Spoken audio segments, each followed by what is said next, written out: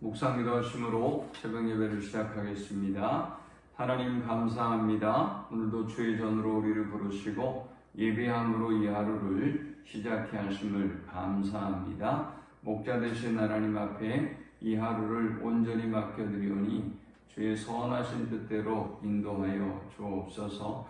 우리의 모든 문제와 우리의 모든 고민과 아픔과 우리의 무거운 짐을 아시는 하나님께서 놀라운 방법으로, 우리가 알 수 없는 비밀한 방법으로 일하시고 모든 것이 합력하여 선을 이루게 하여 주옵소서. 우리는 깨닫지 못하고 알지 못하나 하나님이 하셨음을 고백하고 감사하는 저들이 되어지도록 우리 영의 눈과 귀를 열어 주옵소서. 이 하루를 온전히 주께 부탁드리며 예수님의 이름 의지하여 간절히 기도하옵나이다. 아멘. 찬송 200장 드리겠습니다. 200장입니다. 달고 묘한 그 말씀, 생명의 말씀은 귀한 그 말씀 진실로 생명의 말씀이 나의 길과 믿음 밝히 보여주니 아름답고 귀한 말씀 생명샘이로다.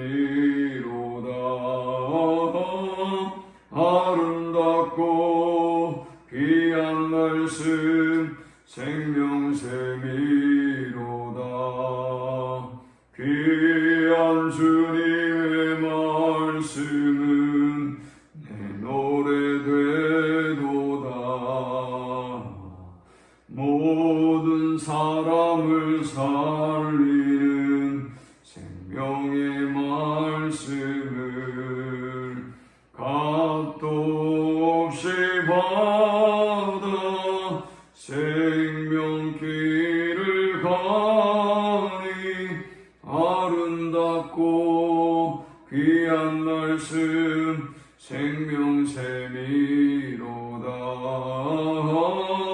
아름답고 귀한 말씀 생명샘이로다. 널리 울리어 퍼지는 생명의 말씀은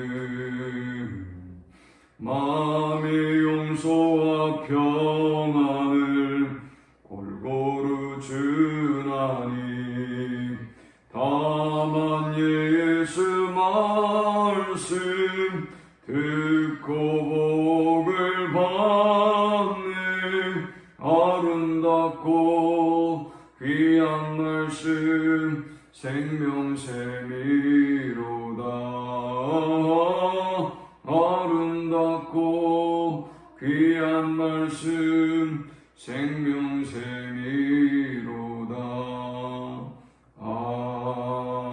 아멘. 이 시간에 주시는 살아계신 하나님의 말씀은 구약성경 예레미야 36장 1절부터 19절까지의 말씀입니다. 구약 1111면입니다. 1절부터 19절까지의 말씀 우리 한 목소리로 합독합니다. 유다의 요시야 왕의 아들 여호야김 제4년에 여호와께로부터 예레미야에게 말씀이 임하니라. 이르시되 너는 두루마리 책을 가져다가 내가 내게 말하던 날 곧 요시야의 날부터 오늘까지 이스라엘과 유다와 모든 나라에 대하여 내가 내게 일러준 모든 말을 거기에 기록하라. 유다 가문이 내가 그들에게 내리려 한 모든 재난을 듣고 각기 악한 길에서 돌이키리니 그리하면 내가 그 악과 죄를 용서하리라 하시니라.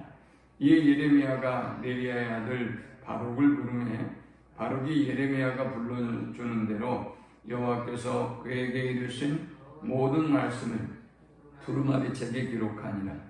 예레미야가 바룩에게 명령하여 이르되 나는 붙잡혔으므로 여호와의 집에 들어갈 수 없으니 너는 들어가서 네가 말한 대로 두루마리에 기록한 여호와의 말씀을 금식일에 여호와의 성전에 있는 백성의 귀에 낭독하고 유다 모든 성읍에서 온 자들의 귀에도 낭독하라.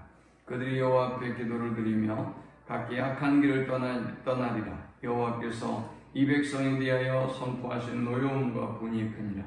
네리야의 아들 바룩이 선지자 예레미야가 자기에게 명령한 대로 하여 여호와의 성전에서 책에 있는 여호와의 모든 말씀을 낭독하니라. 유다의 요시야 왕의 아들 여호야김의 제5년 9월에 예루살렘 모든 백성과 유다 성읍들에서 예루살렘에 있는 모든 백성이 여호와 앞에서 금식을 선포한지라. 바룩이 여호와의 성전 윗뜰 곧 여호와의 성전에 있는 세문 어기 곁에 있는 사반의 아들 서기관 그말의 방에서 그 책에 기록된 예레미야의 말을 모든 백성에게 낭독하니라.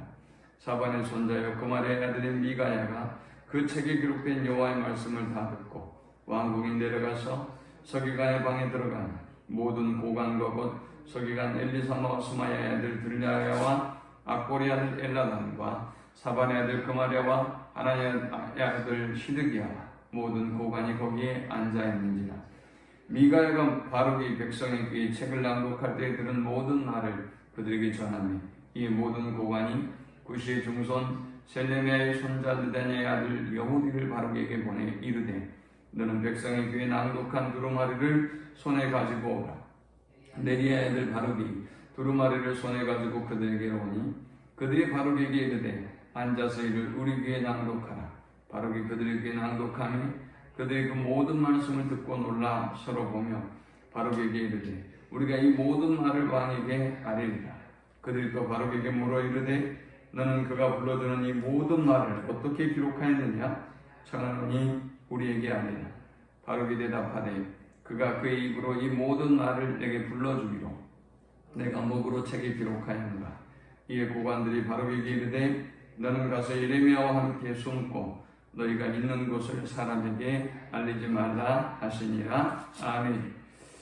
유대의 역사에서 요시야 왕은 굉장히 선한 왕입니다. 그는 종교개혁을 단행했던 하나님이 아주 기뻐하는 왕이었습니다. 그런데 이 요시야 왕이 죽고 난 이후에 그의 아들 여호야김이라고 하는 사람이 왕이 되었습니다. 바로 오늘 이 본문에 등장하는 왕입니다. 그런데 문제는 이 요시야 왕의 마지막 최후가 애국과의 전쟁에서 무깃도에서 전사하게 되었습니다. 그리고 이제 여호야김이 왕이 되었는데 아버지가 그렇게 죽고 난 이후에 여호야김은 애국을 철저하게 의지하고 또 애국의 보호 아래서 나라를 통치해 나갑니다. 그런데 문제가 생겼어요. 오늘 본문에 등장하는 여호야김 제4년의 1절에 그랬는데 여호야김 4년이 유대의 역사에서 굉장히 중요한 시점입니다. 왜냐하면 바벨론의 느부갓네살 왕이 이제 새롭게 패권을 장악하고 갈그미스 전투에서 애굽을 무찌르고 대승을 거둡니다. 그러니까 새로운 신은 강자가 뜨게 된 것이죠. 그러면 지금까지는 애굽만 의지하고 애굽만 바라보았던 여호야김과 유다가 이제 어떻게 되겠어요? 이제 엄청난 공포와 두려움과 혼란을 경험할 수밖에 없겠죠. 바로 이때에 하나님의 말씀이 예레미야에게 임한 것입니다. 오늘 우리는 이 말씀을 통해서 하나님의 말씀이 우리에게 어떤 의미를 가지고 있는지에 대해서 좀 살펴보려고 합니다. 먼저 우리가 오늘 이 본문으로부터 배우는 하나님의 말씀은 하나님으로부터 임한 말씀입니다. 하나님께서 이 위기의 시대에 꼭 보는 사람이 있게 하시고 하나님의 말씀을 받는 사람이 있게 하시고 또 깨닫는 사람이 있게 하셔서 항상 시대를 깨우는 걸 볼 수 있죠. 이 위기의 시대에 바로 하나님의 말씀이 예레미야에게 임한 것입니다. 오늘 저와 여러분에게도 하나님의 이 귀한 말씀을 통해서 끊임없이 말씀하시는데 이 말씀의 영적 비밀을 깨달아 알고 이 시기의 위기와 또 이 모든 문제를 우리가 어떻게 극복하고 해결해야 될지를 말씀을 통해서 발견하는 우리 모두가 될 수 있기를 축원합니다. 두 번째, 이 말씀은 어떤 말씀이냐? 우리를 구원에 이르게 할 말씀입니다. 2절과 3절에 보니까 예레미야에게 하나님이 이 모든 하나님의 말씀을 두루마리에 기록하라고 말씀하셨어요. 그리고 3절에 보니까 유다의 가문이 이 하나님의 말씀을 듣고 그 악한 길에서 돌이키고, 그리고 돌이키기만 하면 하나님이 그들의 모든 죄를 용서하실 것이다 라고 말씀하고 있습니다. 하나님의 말씀은 이 소망 없는 시대, 이 절망 없는 시대에 생명에 이르게 하고 구원에 이르게 할 말씀이라는 것을 우리가 발견하게 됩니다.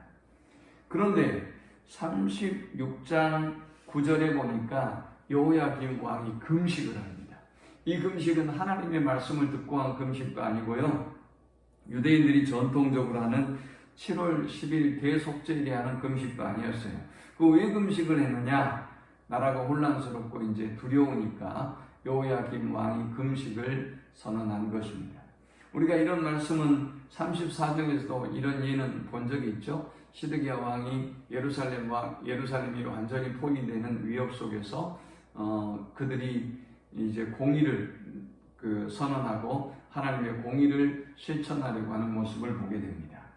그런데 오늘 이 본문에서 하나님이 보여주시는 것은 하나님은 위기를 모면하기 위한 어떤 이런 금식이 아니라 종교적인 어떤 행위가 아니라 하나님의 말씀으로 우리가 돌아가고 회개하기를 원하고 순종하기를 원하는 것입니다. 그러면 하나님이 우리를 살리고 우리를 구원하는 것입니다. 오늘 이 아침 우리가 기도할 때에도 이 나라와 민족이 하나님께로 돌아가는 나라와 민족이 되도록, 또 조국교회가 하나님께로 돌아가는 나라와 민족 되도록, 여기 기웃거리고 저기 기웃거리고 하는 것이 아니라 어떤 정치 세력과 타협하는 것이 아니라 오직 하나님만 바라보고 의지하는 이 나라와 민족이 되도록 기도하는 아침이 되기를 소원합니다.